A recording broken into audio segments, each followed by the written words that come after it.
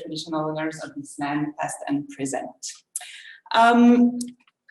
Now the next step is always for me to manage to change slide. Yes. Okay, so this is just a little recap of the seminars we have coming up, in person and online, trying to manage all of this together. The next one has been moved to September, so there's no seminar next week. But then we have Martin Moore and Laura Meyer giving us one, and then we have a couple in August, which title and abstracts are going to be coming through. And of course, again, register on Eventbrite and follow us on all of our social media platforms, etc. A little bit of celebration from last week. We had 14 or 16 graduation in archaeology, including one PhD, and also we were very proud of Helen Runciman honors with a good prize for her dissertation.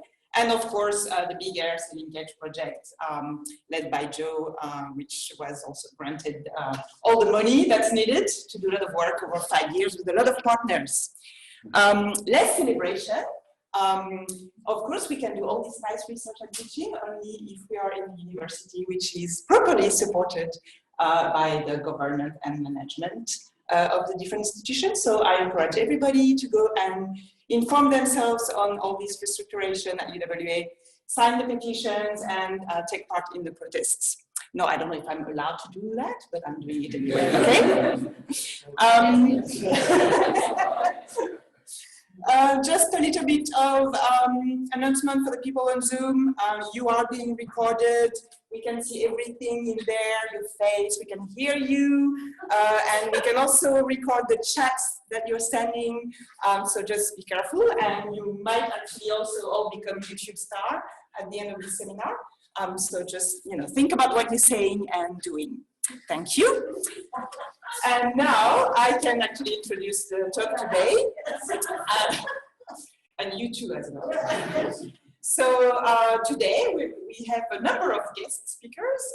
First of all, we have Kane and Wendy, recent PhD graduates from UWA Archaeology, and also recently finishing their postdocs here with us. But before them, we also have a little bit of an introduction about the Australian Association of Consulting Archaeologists. I will introduce Kane with you a bit more because they'll be talking about their postdoc research. So Kane Ditchfield is a specialist in stone artifact analysis, coastal archaeology, Pleistocene archaeology, and chronological analysis. And he's been involved in consulting archaeology throughout the northwest of Australia for the past 10 years. Wendy Reynen, and sorry for my French accent on your names, everybody, okay, is a Olympic specialist with over 10 years experience in cultural heritage management in Western Australia. And since completing her PhD here, she's kept one foot in heritage consultancy and the other in research, especially working with people here at UWA on different projects in the northwest of the state. And just before them, we'll hear from Joe Thomson, who's the chair of the WA chapter for the Australian Association of Consulting Archaeologists, and McDermott, who's the secretary for the WA chapter. And both of them have extensive experience in the heritage sector in Australia and internationally, and they want to present us the association a little bit more. So I'm going to stop sharing my little slides, and then we can share yours, which is here.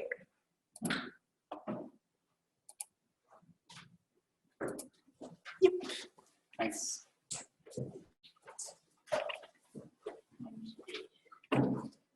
Okay, so before I start, I'd also like to acknowledge where I'm working and pay my respects to elders past, present, emerging. Thank you for the introduction. I'm JJ from AACAI. What we want to do is just give a quick 10-minute overview of professional organisations and associations, and in particular AACAI, and what AACAI has been working on recently, and also just talk through the process of becoming a member. So first of all, I just want to start with what is a professional organisation in the first place. Well, it's an independent membership organisation formed to oversee the activities of a particular profession, represent the interests of their members, advance the profession, and serve the public good. They promote quality standards and professional development within the field, and offer members services and activities. And they can also, it can also involve registration or certification in some of unregulated occupations in some circumstances.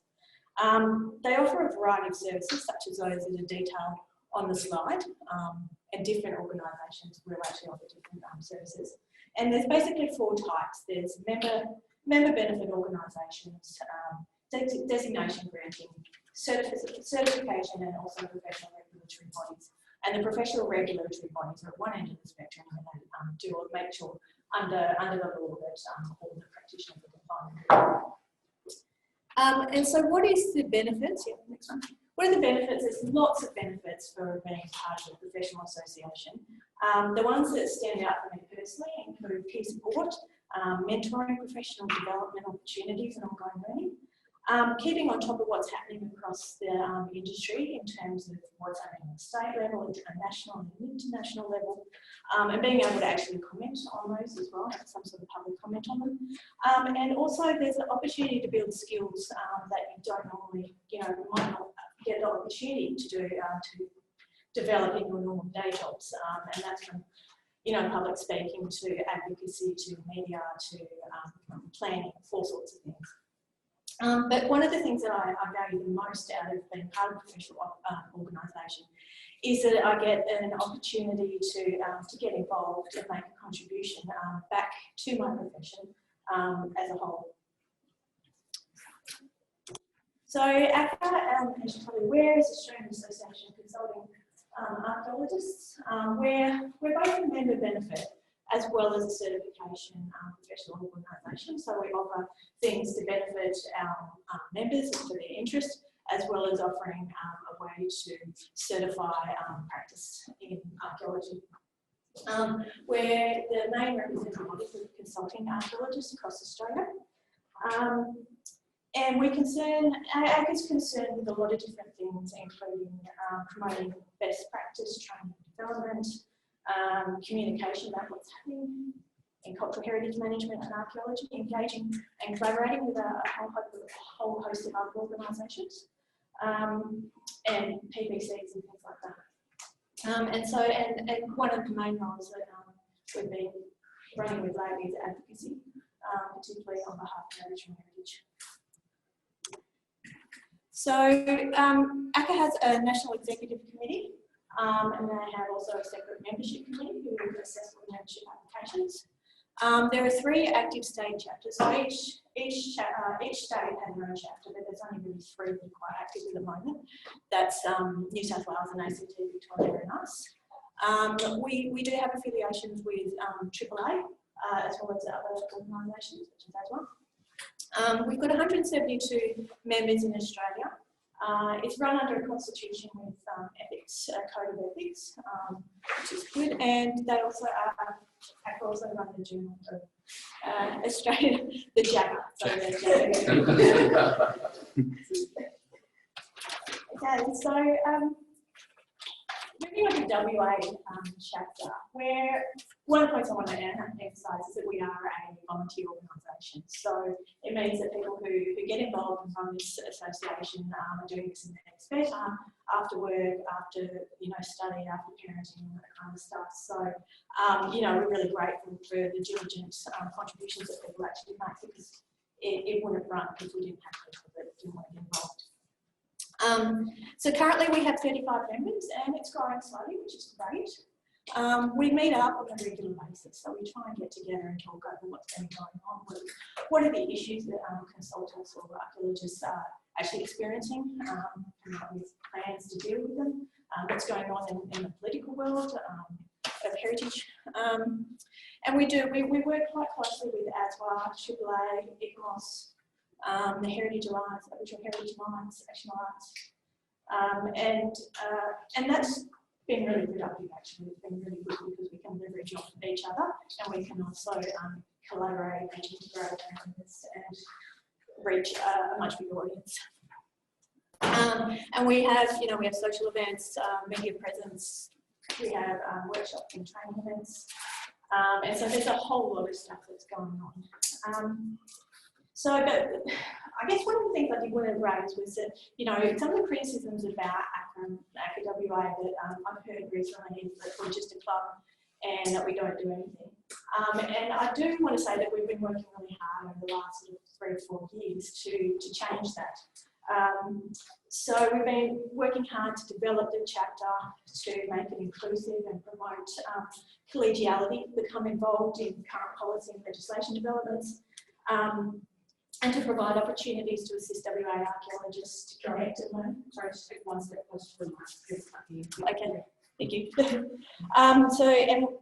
So providing opportunities for WA archaeologists to learn and connect and to share, and we've also been sharing our experiences with our other state colleagues. I'll just reduce that so that everybody can see your slide. Oh, thanks. Yeah. Okay, great. Important info there. Thanks. Yep. So we have been doing a lot of stuff, and this is where we're at the moment. Every year we have an action plan, an annual action plan to guide and focus our activities for the year. And we've got 6 main areas of activity. So we've got advocacy, engagement with government, we've got alliances and partnerships between different organisations. We do have a media presence as well, and Joe Dortch handles a lot of our media stuff, which is great. And then we also have a social, because that was really quite important, it's just getting people together to talk, getting people in the same room. And then we've also had a series of professional development workshops, opportunities and things like that. And one of the projects that we are looking forward to doing in the next sort of 12 to 18 months is setting up some mentorship and sponsorship programs.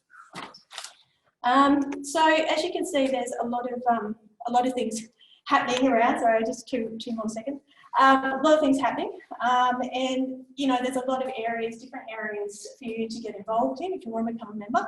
And you can get involved in things that suit your interests. And the last thing I just wanted to point out before I pass over to JJ is that the benefits of being part of a professional organisation is a symbiotic thing. Contributions and benefits go 2 ways, and the more that you become actively involved, the more that the organisation can actually do. Which benefits not only yourself but also the industry as a whole. So that's just a bit about AACA. I'm going to hand over to JJ and he's going to tell you about membership. Yeah, thanks. Just to echo everything that Joe has said, and it's just really important that that you guys know who's not a member, that we're growing, we're getting bigger all the time, and just encourage you all to get on board. So I'm just going to quickly go through how to become a member. So simply broken down, you just Google or whatever search engine you use, join AACA, and then that's the link, brings you to the various levels of membership, which I'm going to go through. You prepare the paperwork for whichever membership category you're going for, get your qualifications and references together, and you pay a $50 application fee. So with prospective membership, we have 3 different categories at the moment, associate, full and affiliate. So I've just broken it down there. As you can see, associate, it's $110 per year. It's not very much. For what Joe has just pointed out, you get back for it. That category is really looking at a graduate archaeologist level. So there's more information on the website. This is just a kind of a short breakdown. So basically, it's an honours or postgrad degree in archaeology or a related field, or instead of that, equivalent field experience. And the references just need to come from 2 professional archaeologists. They don't need to be a member of AACA. And you need to just demonstrate through a CV or a resume that you can work supervised or unsupervised as a field or research assistant in any special skills area that you designate. And then full membership is just for more experienced people, so 5 years full-time experience it is now, and the same thing in terms of your qualification and or equivalent field experience. And then the difference there is the references need to come from at least 1 AACA full member.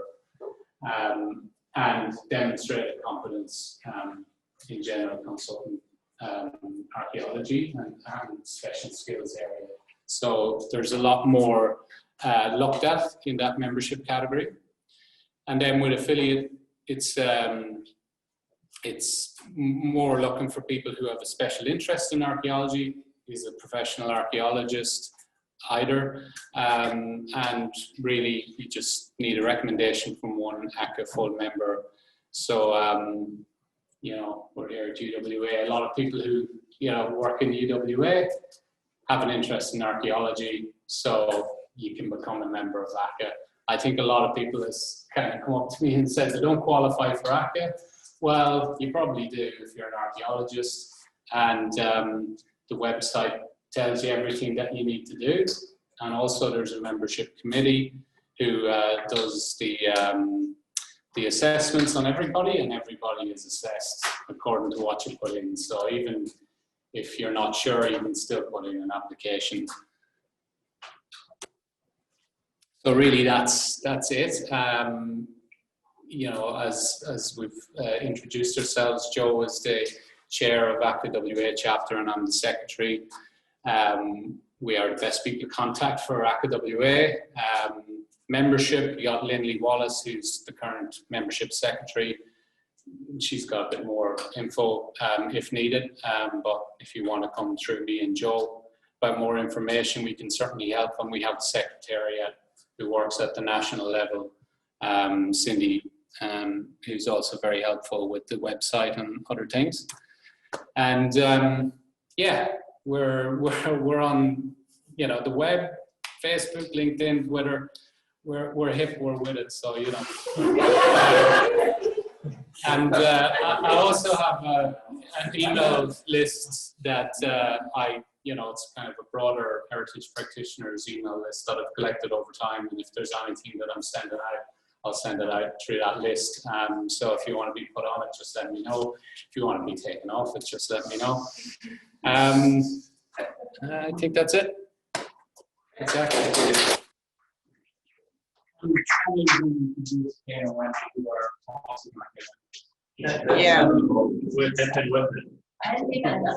And you're going to be on YouTube as well now. So.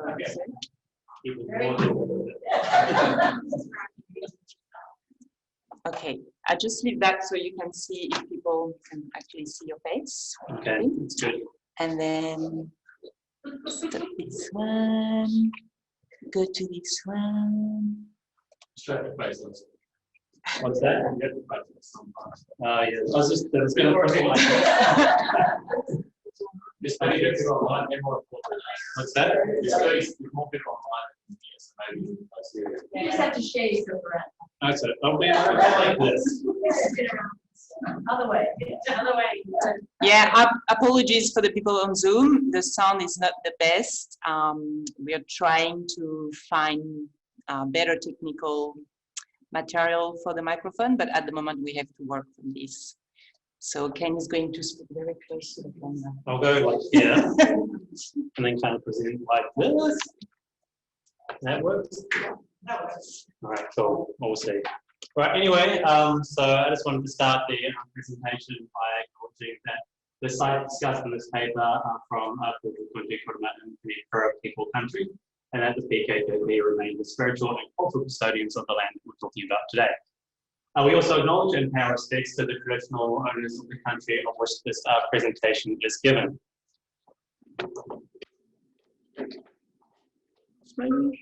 Which one changes the... Oh, cool. Yeah, okay, cool. Spacebar did it.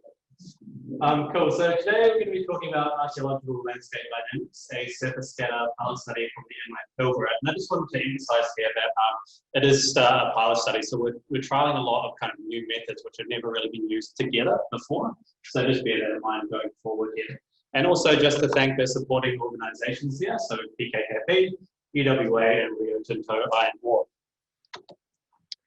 Okay, so now just to launch into a little bit of our project background here. So as most of us, I think, are aware, most of the archaeological sites found during heritage work in the Pilbara are scatters of stone artefacts on the surface. So whether or not that's just an assemblage, or maybe a quarried outcrop or something like that, we're dealing with scatters of stone artefacts on the surface of the Pilbara.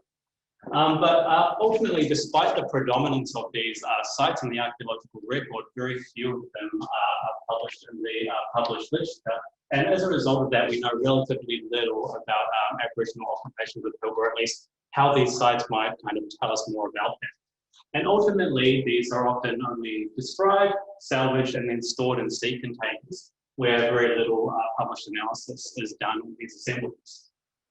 Back in 2009, Reynan lamented the general absence of published field research on open surface scale sites and quarries, despite the abundance of unpublished data in the great literature for these site types. And so we can ask the question here, 10 years on, is this situation still the same? And I would say that we've definitely made some headway here, but the published data is still very limited for a lot of these sites.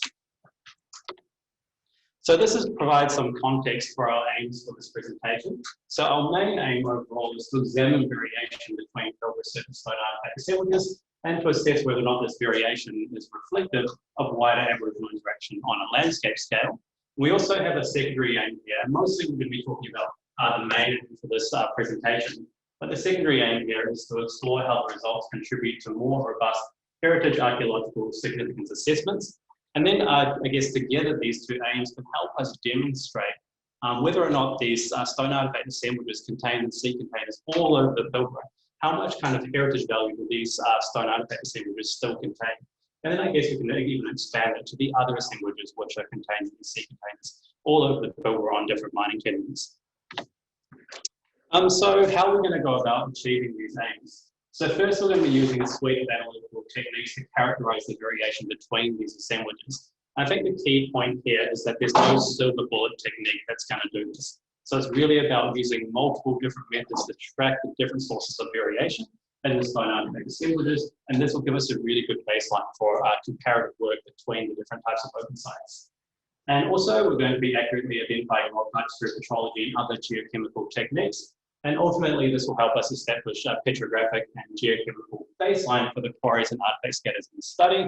And this will be used to trace artifacts from their source location to their discard locations, and also kind of help us expand and build a raw material database for the inland Pilbara and also beyond that. And so why do these methods really matter? So I just want to spend a little bit of time going through why these methods matter.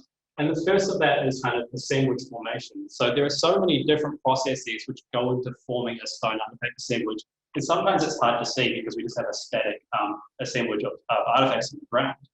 But only some of the formation processes that we have are behavioral.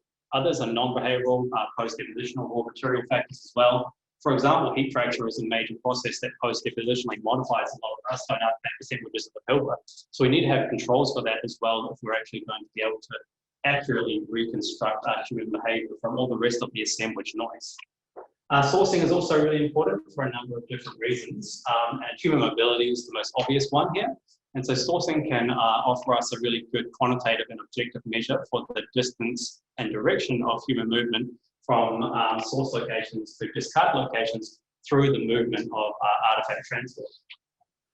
It'll also give us controls for source-based variability, and this is really important because source locations have different sets of variability. So we have at source locations, there's the size of nodules, shapes of nodules, the quality of those, and knowing where stone artifacts come from is really important because we can control to those things. So for example, we can have two different source locations and they have nodules of drastically different sizes. And those nodules can be reduced to the same extent, but they all have different morphologies because the nodule sizes started as different. So the behavior in these two assemblages is the same, but the variance is different. So it's really important that we control for these things so we can accurately reconstruct that. And of course, as well, we can connect sites on a landscape scale. So when we're able to source locations, source artifacts from quarries to open sites, we can actually build a quantitative kind of landscape scale picture where we can connect sites on a landscape scale. Okay, so just to give you guys an idea of where all the sites are. We're near Tom Price in Hamsley Range, and we have 5 sites that we're looking at for this project. And we have 3 quarries and 2 open sites. And these two over here, 1210 and 1211, ironstone quarries located on Ridgeline. Down here we have 2 small sites. One of them is a mudstone quarry and one is a really small open site located nearby. And then over here, we have a moderately sized open site, which is Rock 25, and that occurs right next to Drukan rock shelter. And just to also give you guys an idea of what these sites look like on the ground, here we have a site plan, which was drawn by GKCRM for 1210, which is the largest of the quarries, and just shows you where the assemblage site was the assembly salvage from. Up there on the top right, we have 1210 with the salvage process, and you can also see the outcrop. It's not like a big outcrop sticking out of the ground, but just kind of a small outcrop along the base. And the same down there again for 1211, which is another ironstone quarry, salvaging process. And then on the bottom right down there, we have one of the mudstone quarries. Okay, so here we've just got some really basic data. So just to give you guys an idea of the assemblage composition, what these things look like. And I think the main thing just to have a look at here, there's a lot of data here, but it's just these numbers, the total assemblage size that I want to talk about. So you can see here that 1210 is definitely the largest assemblage here, 4,000 artifacts. 1211, Rock 25, also relatively large assemblages. But I think maybe one of the more important things to take away from this is that we have two assemblages here, 1303 and 1505, which have really small artifact numbers. And so often when we're out doing survey and things like that, we come across an assemblage of 30 artifacts on the ground. Is that significant? Is it not significant? What can we learn from these assemblages? And so we've deliberately selected assemblages of this size so we could see whether or not, and what can we gain from understanding and analysing these assemblages. And immediately down here, so this is the smallest assemblage, 1505, which has only 39 artifacts in it. And you can immediately see there are 7 different types of raw materials here. This might mean that there are 7 different reduction events, 7 different occupations at this site, who knows? But I think it's really important. It kind of gives us some ideas of what might be going on at these sites. And we'll talk a little bit more about that as the presentation goes on. So just some basic data here from Rock 25, the larger artifact scatter. You can see a whole bunch of different raw materials, the high raw material diversity. And of course, the quarry locations are predominantly made up of the material which outcrops at these locations as well. So I won't go into the raw materials for those in any more detail. So here we've got all the techniques that we applied to all these assemblages. And I'm not going to go through any of these in any great detail. Instead, I'll just direct you to the literature down here. So if you're interested in learning more about any of these techniques, those are some of the key citations to chase up. Next slide. Cool, so for the remainder of my part of this presentation, I'm just going to be talking about the sourcing work that we've done. And luckily, with some colleagues from the Joint Data Centre at Curtin University and Earth Sciences here at UWA, we've recently had this paper published. And so this paper goes over in more detail a lot of the stuff that I'm going to be talking about today. So if you want some more detail on the details of the methods we used and things like that, the real hard science behind it, feel free to go and take a look at this paper. Okay, so to begin with, the Petrology. So the Petrology work for this study was done by Nick George at UWA Earth Sciences. And essentially, just to give a really brief summary of what Petrology is. So essentially what we're doing with Petrology is we're taking a rock specimen, we're grinding it down to its really thin, then plastering it on a glass slide. Then the rock specimen is so thin that we're able to pass light through it using a microscope, and then we're able to look at the geological composition of the rock. And so with this, we can compare quarry specimens with open site specimens and see whether or not the geological composition of the rocks are the same. And so that's essentially what we're doing there. And then we can say, oh, there might be a link here. Let's do some geochemistry on this or something like that. Also, we only use 40 pieces of debris for this. So importantly, we're not using tools. We're not using cores. We're not even using complete flakes. They're just broken flakes that we're applying this analysis to. Cool, so these are just some of the petrographic results. So there's a lot of data in this table over here on the left. But the main, I think, takeaway point that I would say to take away from this table is that you can see that even amongst the raw material categories that we commonly apply to sites, igneous rocks, BIF rocks, there's a lot of variance within those categories. We just kind of look down in terms of all these different types of banded iron formation. For example, even in the Rock 25 assemblage, you can see that there's a lot of intralithological variance within the BIF category. And so maybe with the BIF, it's not just one source, there's like 5 different sources contributing to the BIF variance at any one site. So it really is giving us a good understanding of the diversity because we're able to get within our raw material categories now. And just to give you guys a good example as well of what some of our materials look like under the optical petrology. And you've got A up there and B, which are two samples from Rock 25. A is a chert sample and B is a laminated pit. And then we have C up there, which is from 1210, one of the ironstone quarries.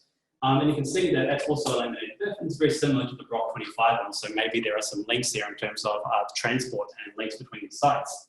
And then we've got D down there, which is a laminated mudstone from 1503, which is the mudstone quarry.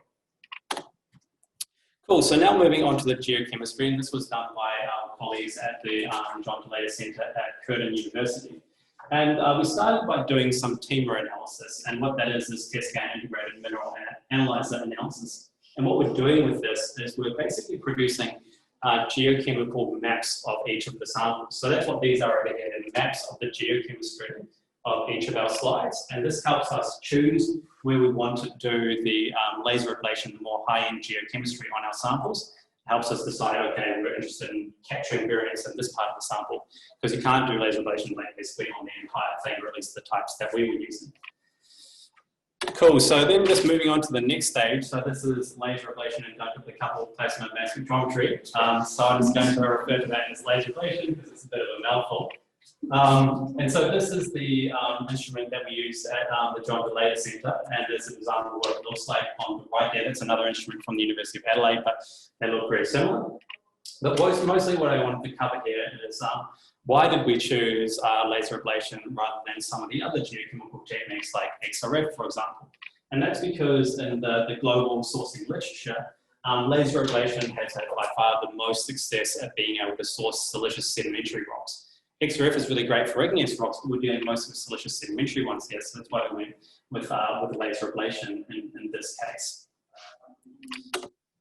Cool, so these are our results for the laser ablation work. So just beginning down here, so this is just a plot of ratios of the key elements for these rocks. And so starting down here, we've got the mudstone quarry and mudstone scatter artifacts. So I've got two mudstone quarry samples there and one mudstone artifact from one of the surface sites. And you can see that there's a really good overlap between these three samples. And so we can be confident that the mudstone artifact comes from these quarries given the overlap. And if we go over there to the Bith quarry, so 1210 and 1211, the green and the yellow distributions are from 1210. The purple distribution is from 1211. And so you can see that there's a little bit of, these are separating out slightly, which is good because these two quarries are close together, they look very similar, but there's some geochemical difference between them. And then if we have a look over there, we've got Rock 25, which is the other artifact which I showed earlier, which looks very similar in terms of the Petrology to the quarry sites. And it falls a little bit below there. And that might be because this ironstone or sample is from a different quarry location, but it also might mean, and I think this is what it probably means, is that we haven't fully captured the geochemical variance of the quarries here. These are only 9 samples split between a whole bunch of different rocks, and really to properly capture the geochemical variance at any quarry location, you need quite a few samples.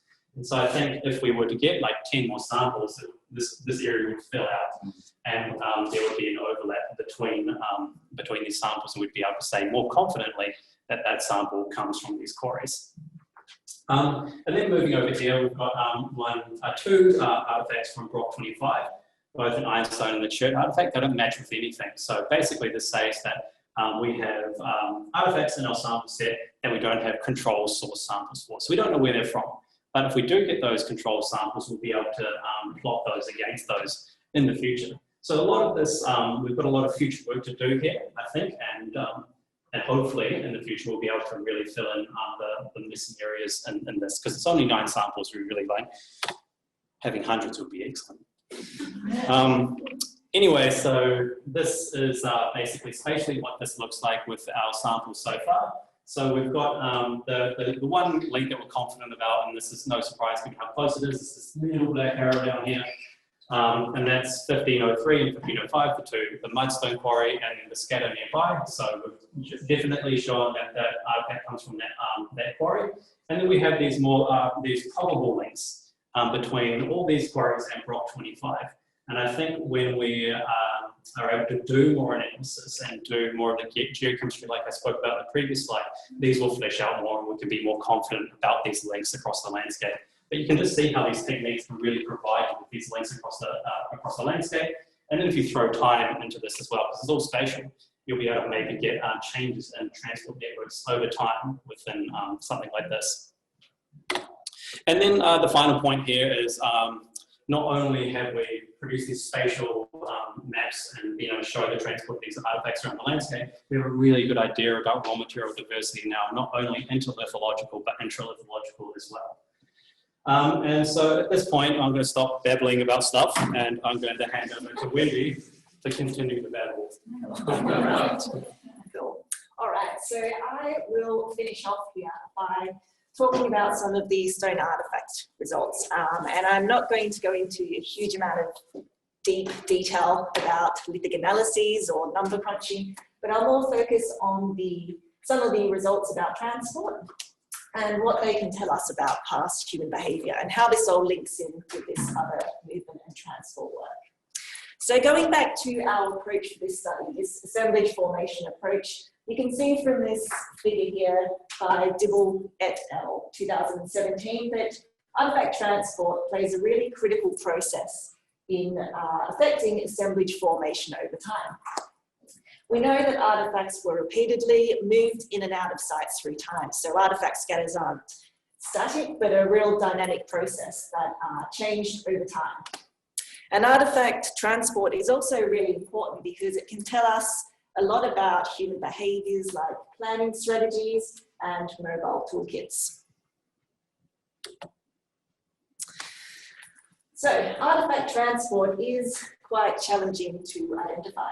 It has been looked at in the past through refitting studies, through geochemical sourcing, and through, for example, the identification of clear non-local materials at a site to demonstrate that things have been moving around. But without these elements, it becomes a lot more difficult to look at artefact transport.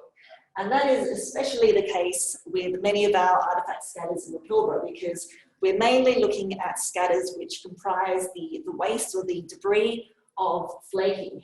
And this is the stuff that hasn't been transported.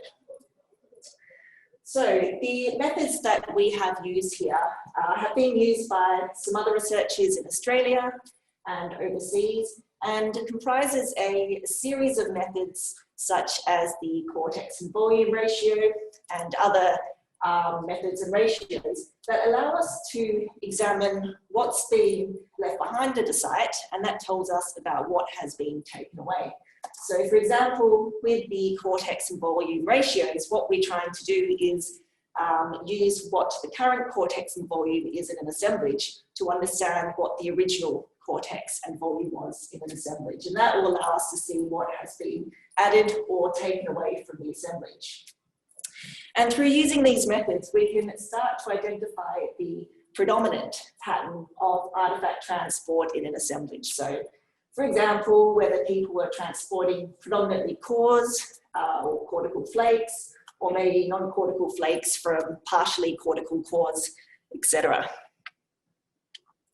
So as a quick example as to how we can use these methods to look at mobility and other human behaviours, I popped in this slide from the work that Holdaway and Douglas and others have been doing in Western New South Wales.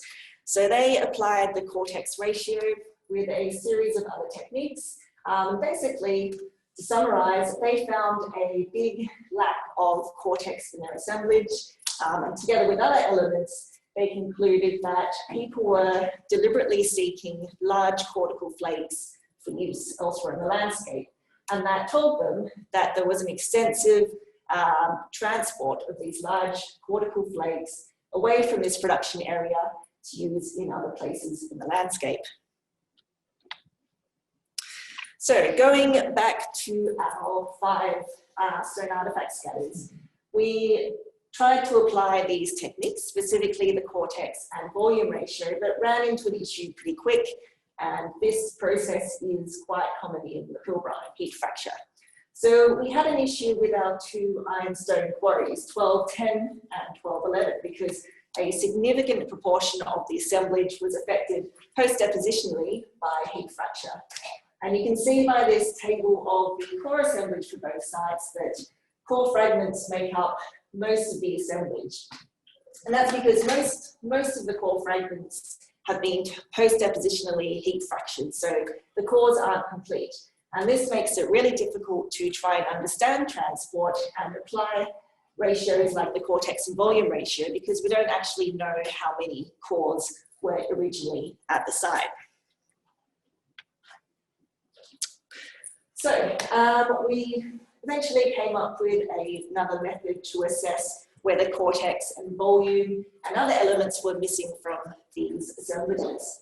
I'm not going to go into the number crunchy detail, which is in the red text, but basically, as a summary, we found that there was a very, very high flake to core ratio, even when we accounted for core fragments, which is telling us basically that there's a hugely unrealistic amount of flakes per core in the assemblage.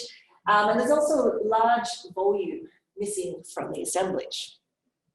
So together with other assemblage compositional patterns, we summarized that all these patterns were telling us that cores were missing from the assemblage. So it was giving us a pattern of predominantly core transport.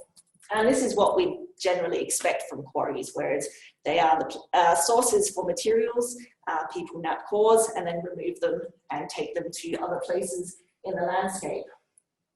And one thing I wanted to put here for the lithic analysts was that we found it very interesting that the flake to core ratios, which are usually used to understand reduction intensity, were actually much more useful as indicators of transport rather than reduction intensity. All right, so the question there becomes, where are the cores? What happens to them when they leave the quarry sites?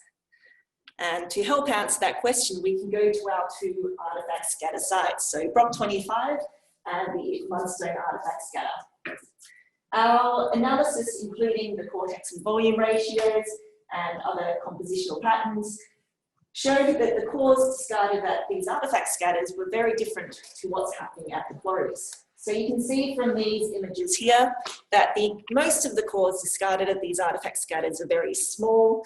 They're intensively reduced. They have high scar density index counts, which is basically saying they have a lot of flakes removed from the core before it was discarded. So these cores were brought into the site, used until they were exhausted at the end of their use life, and then they were discarded at the site. We found an interesting contrast in these artefact assemblages because we have these very intensively reduced cores. The core assemblage is very intensively reduced, but when we analysed the remainder of the assemblage, so the non-core assemblage, we found that it displayed really non-intensive reduction. And so we've interpreted these results in that the transported cores were being brought into the site, having been reduced elsewhere in the landscape, and when they were at the end of their use life, they were then discarded at the artefact scatters. And so one big point to make here, I guess, is that the artefacts that we are analysing at a site might not be entirely reflective of the activities at that place in the landscape, but rather of activities that were happening elsewhere in the landscape. So in this way, by looking at artefact transport and quantifying artefact movement, we can really start to understand landscape use outside of the individual site that we're actually looking at. All right, so in essence, quarries represent that starting point for this predominantly core transport pattern in this local PKP landscape, whereas artefact scatters represent the middle and end stages of this core transport system.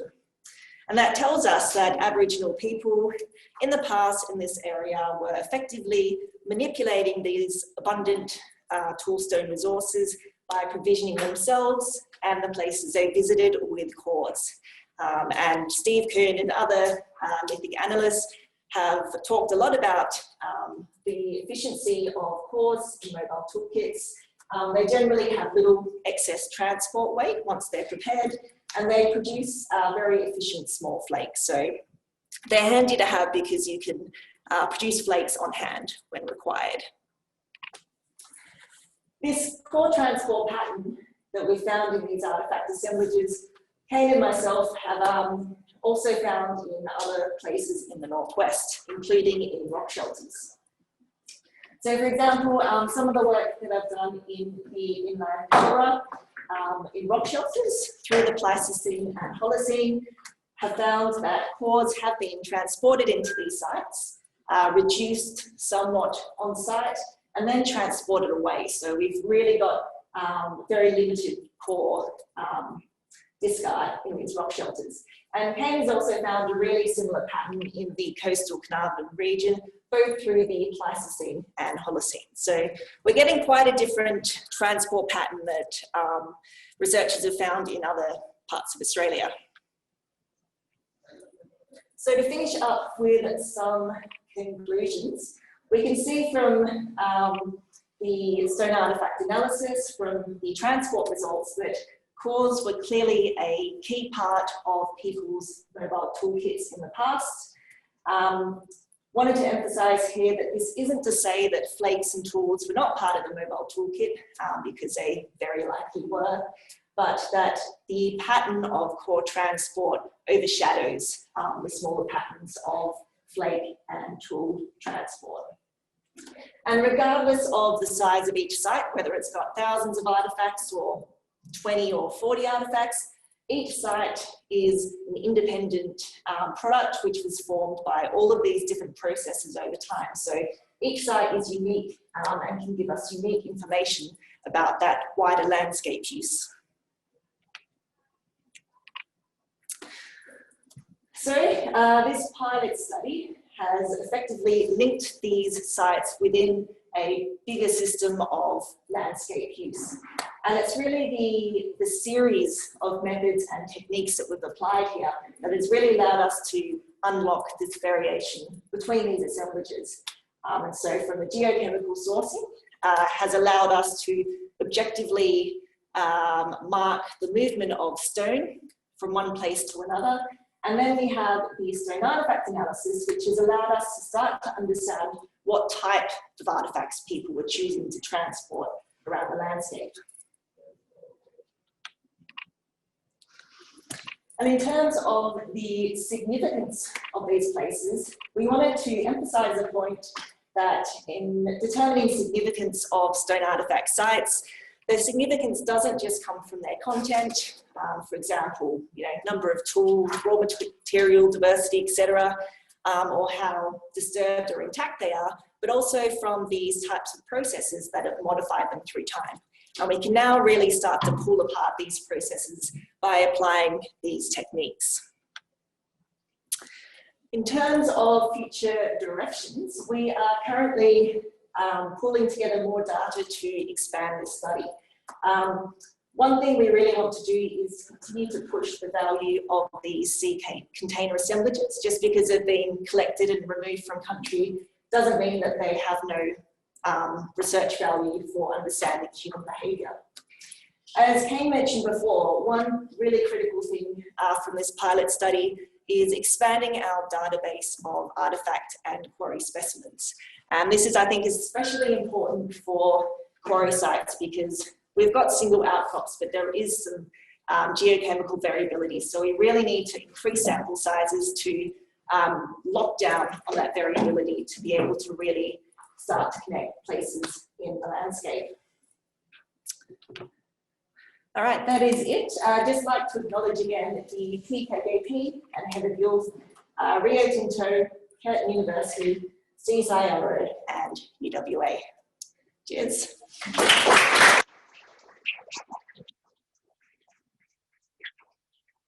Thank you, guys. I'm gonna sit here to try have questions from the room and from the Zoom sphere at the same time. So if people in the room could start with the question they have, and then I can have a look here at the same time. Thanks. So, when increase the sample size, obviously the transport works around. We've got the sleeve containers and But are there any other databases like mining houses have that are available at all, and are they of the right sort of scale to be of use for the study?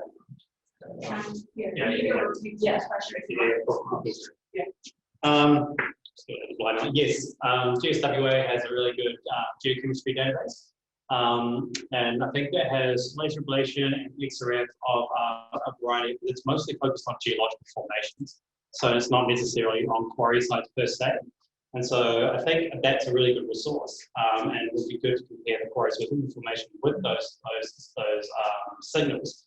But I think the problem for us might be whether or not the quarries have specific geochemistry that we want to tag down, especially within the same formation. That might be different from what the GSWA folks have done, and they're just interested in some general geochemistry signature. But those databases are available, and I think it would be good for us to utilize those going forward. And just quickly follow up is that you have a sort of GIS that gives you that general kind of picture to kind of focus yourself, and then you go into those specific ones. Yeah. And that would also be quite handy because it isn't incredibly cheap to run these sorts of analysis. So having a database already there to help us dig in, I think is very handy. Yeah, absolutely. We've got a question from Marine online. Marine. Hi, Marine. Hey, Marine. Can you unmute yourself? Or Hey guys, it's a great talk. Nice to see you. I was just wondering if you are aware of any study or experimentation who could have assessed how many artifacts could have been removed from your surface cater. Like, I mean, taphonomically, can you assess how much representative is your assemblage and how much you have lost? Yeah, it's difficult too in this case because the 5 assemblages that we analyze have been salvaged previously by consultants. So we're not 100% sure of what proportion the sample we have is of the total assemblage, and we don't unfortunately have those details. But especially in regards to the heat fracture, I think it would be very good in the future to get a better hold on the context, the environmental context of the site. Just to add a little bit more to that as well, the way that the Cortex ratio works, it gives us, we can use it sometimes to calculate how many exactly, if we have a given kind of nodule size that we're working with in terms of the volume, we can use that to calculate, often knowing what's there and what's expected in the assemblage, how many pieces have been moved away and actually transported away as well. So in terms of the actual missing component of our assemblage, of the transported missing components, we can calculate a number with that, but there will always be some type of error with that, with processes we can't control. Okay, great, thank you guys. Anyway. If you've got a question on Zoom, send a little chat message so I know who's next. Is there one from the group? Yeah, that's fantastic.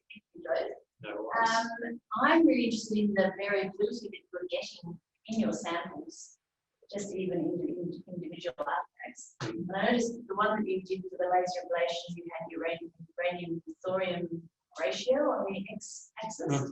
Is that possibly giving you a weathering index as well? They took that into account when they did that. I can't. So it'll be in the paper, but the exact way they went about it, but they had some kind of a calculation or a way of getting further into the sample that basically removed the weathering effects. Is that potentially a dating method then? Maybe. I don't know. Yeah. Yeah, no, that's yeah. Maybe. Yeah. Next paper. Yeah. No, yeah, that why not? Maybe. The fact that your artifacts will spread along those, pretty much spread along that way rather than the kind of what's also your other on your other axis. But I mean that does suggest that there is potential because of weathering line that one. And the fact that your other sample was the artifact which was lower than the thing, but basically still spread along that same thing, potentially was even more weathered than the other two, potentially or less weathered or whatever. Yeah. No, that's a good point. I think we can bear that in mind moving forward. Yeah. Great stuff. So how much does it cost per samples? I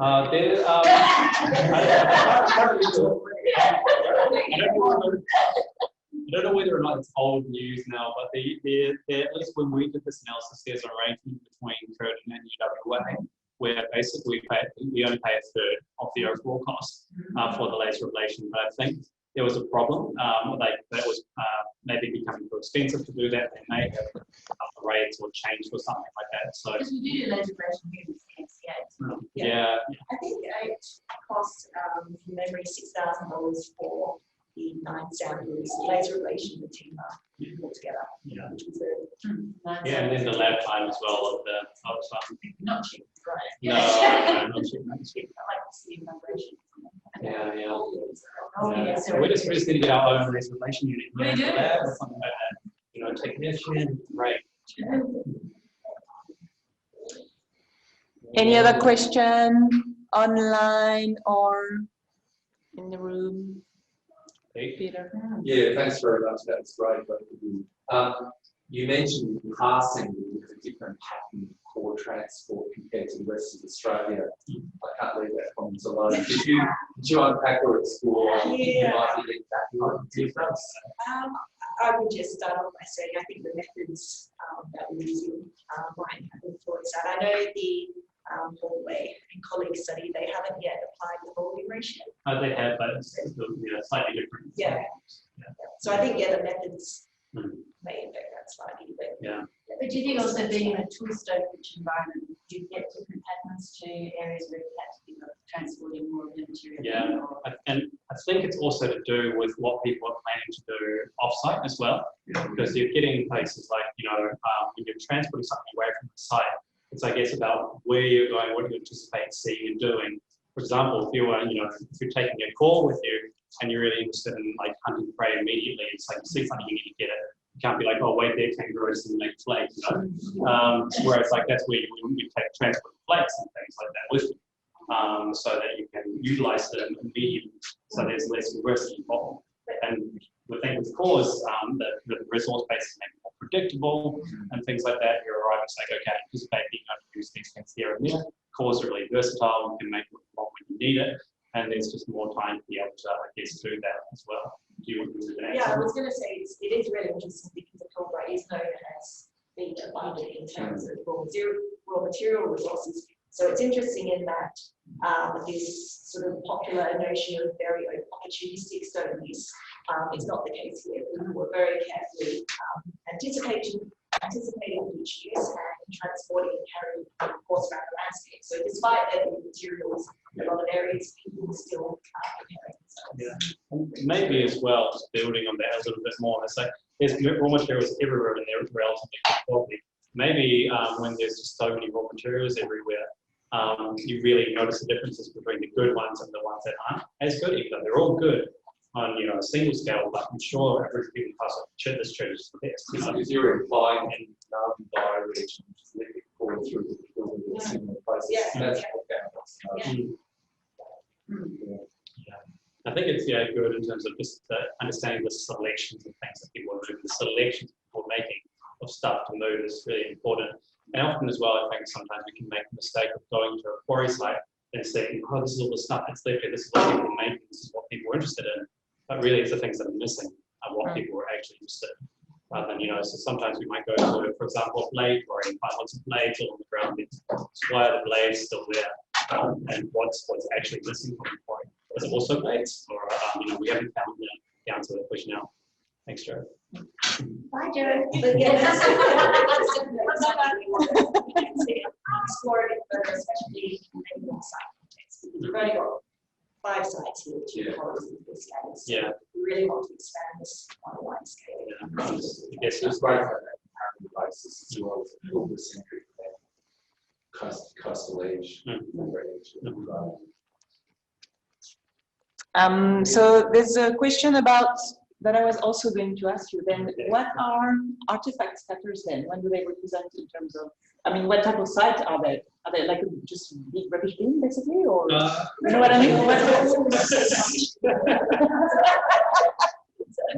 Dangerous question. I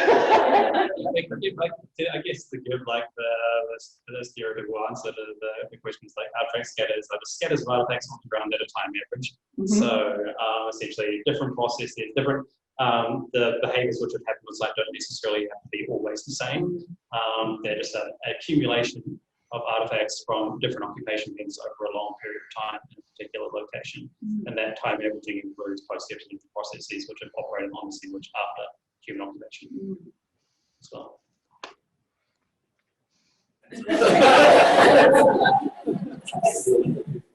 Okay.